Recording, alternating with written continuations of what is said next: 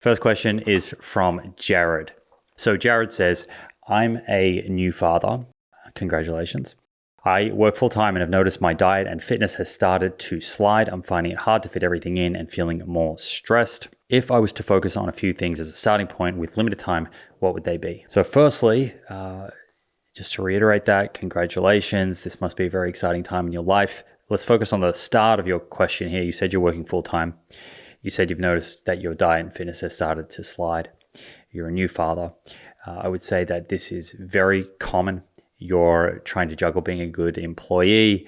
You're trying to be productive at work. You're trying to be a good partner. You're trying to be a good father, perhaps for the first time. And on top of that, you're trying to stay healthy. So this is not an easy feat. It's a challenge. And it sounds like it's a challenge that you're up for because you are at least aware of this and you're wanting to make some improvements, some steps towards greater health. And so what I would say is we need to think about what are the biggest levers and what will be most impactful with the least amount of time. So you can have more time to help your partner, to attend to your new daughter or son, and to be productive at work. And on top of all of that, all of your regular daily life admin and seeing friends and family and these sorts of things. So I would break it down into kind of three main things to focus on. Firstly, if we think about nutrition, let's just keep it very, very simple. Aim to get 30 grams of fiber in your diet per day. And you can use an app to see where you're landing. But really the only way to get to 30 grams is to make sure you're eating enough fruits and vegetables, whole grains, legumes, nuts, and seeds. And if there was one thing to focus on in the typical diet right now that is letting people down, it is fiber. And as soon as you generally, when you get someone's fiber up to 30 grams, providing that they're not doing that just with a supplement, you are really improving their diet quality, which is going to have big effects on their physiology and their risk of disease, cardiometabolic disease in particular. But it's also going to affect your energy levels, your ability to recover. And so it's going to provide some immediate benefits as well. The second thing that I would get you to focus on, which again is related to nutrition, is aiming to get 30 grams of protein per meal. And this could be from a mix of protein sources.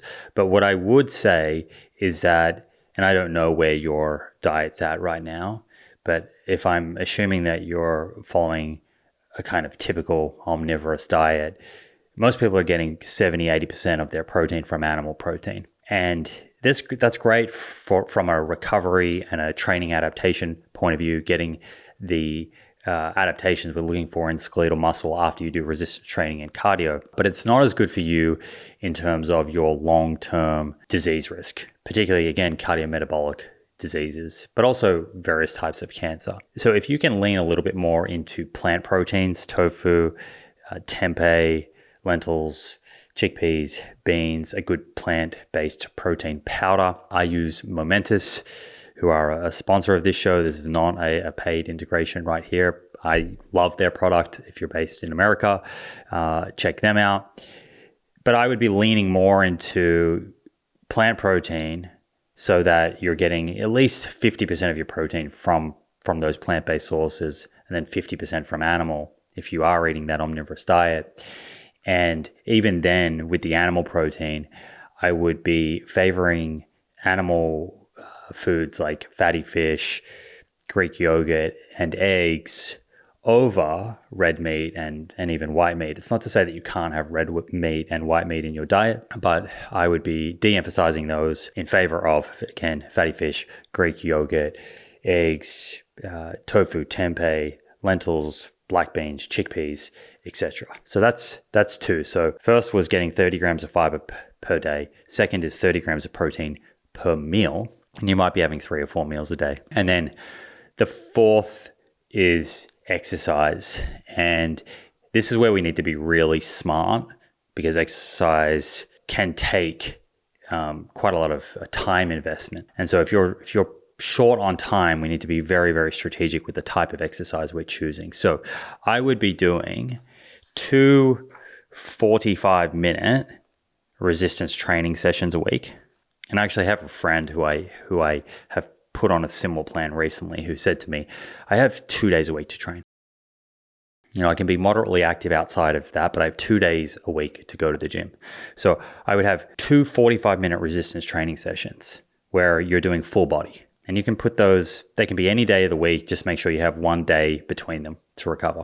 After the 45 minutes of a full body resistance training, we're going to go straight into HIIT, high intensity interval training. And what that would look like is it could be on a treadmill, it could be on a stationary bike, it could be rowing. Let's say, for example, that you can use a treadmill and you can jog and run. You'll get straight after resistance training, you're going to go to the treadmill and do 5 minutes warming up.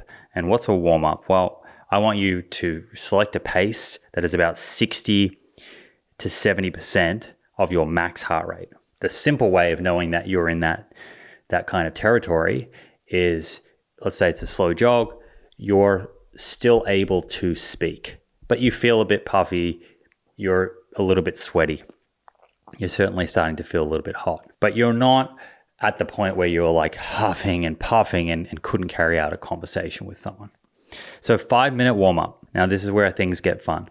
Remember, you're time poor, so I'm trying to fit quite a bit in, and I'm trying to pick things that will deliver you the biggest bang for their buck in terms of time invested. After you warm up for 5 minutes, you're going to move to 1-minute intervals.